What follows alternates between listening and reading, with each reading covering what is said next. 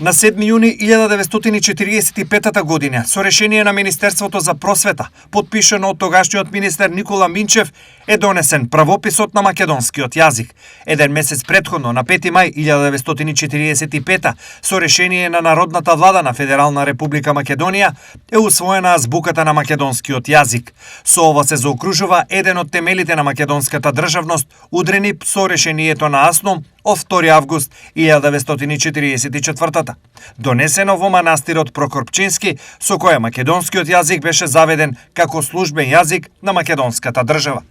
Во работа од нецела година и на 3 комисии, азбуката и правописот ги донесе третата јазична комисија. На 3 мај 1945 дефинитивно ја утврдила македонската азбука, која содржи 31 буква.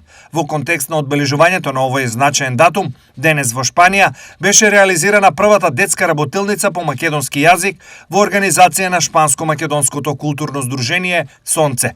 Активноста се одвиваше во Општинската библиотека во Мадрид во празнично и емотивно опкружување со присуство на македонците кои живеат во Мадрид.